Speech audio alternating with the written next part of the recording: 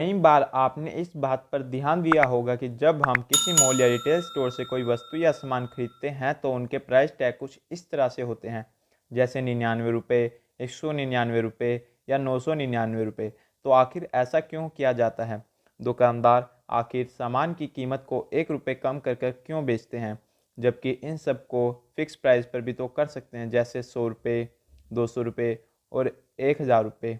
इससे 1 रुपये वापस करने का कोई झंझट भी नहीं रहता। आपको बता दें कि 1 रुपये कम सेट करके सेलर को दो बड़े फ़ायदे होते हैं। पहला, ये किसी सामान की प्राइस 1 रुपये कम करके ग्राहक पर मनोवैज्ञानिक असर पड़ता है और ग्राहक उस सामान को खरीदने के लिए आकर्षित होता है।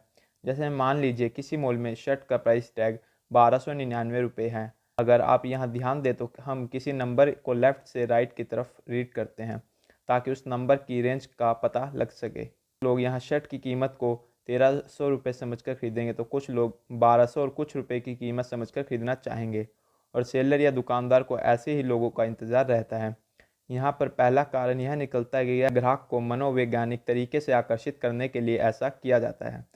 दूसरे कारण की बात करें तो 1 रुपये कम प्राइस सेट करने से सेलर का ही फ़ायदा होता है, क्योंकि जब हम किसी 1 रुपये कम वाली यानी 999 का कोई सामान खरीदते हैं तो ज़्यादातर केस में हम 1 रुपये वापस नहीं लेते हैं।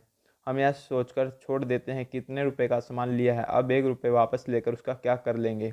वहीं कुछ सेलर 1 रुपये के नाम पर पुअर क्वालिटी की टॉफ़ी पकड़ा देते हैं, जिसे हम कभी भी लेते नहीं। आपको बता दें कि हमारे 1 रुपये ना लेने से ब्लैक मनी भी बढ़ती है। उदाहरण के तौर पर जैसे किसी कंपनी के इंडिया में 200 रिटेल आउटलेट हैं और हर आउटलेट पर दिन में 100 ग्राहक अपना 1 रुपये वापस नहीं लेते हैं। इस तरह एक साल में उस कंपनी को 73 लाख रुपए की ब्लैक मनी जमा हो जाती है। इन रुपयों का किसी भी बुक या अकाउंट में कोई रिकॉर्ड नहीं होता। इस तरह की price tracking online shopping site में भी होती है। हालांकि यहाँ पर पहला कारण ही काम करता है, क्योंकि ऑनलाइन शॉपिंग साइट में किसी सामान की 1 रुपये कीमत कम होने से ग्राहक आकर्षित होते हैं। लेकिन यहाँ पर दूसरा कारण काम नहीं करता है, क्योंकि ऑनलाइन शॉपिंग साइट में पूरा पेमेंट होता है।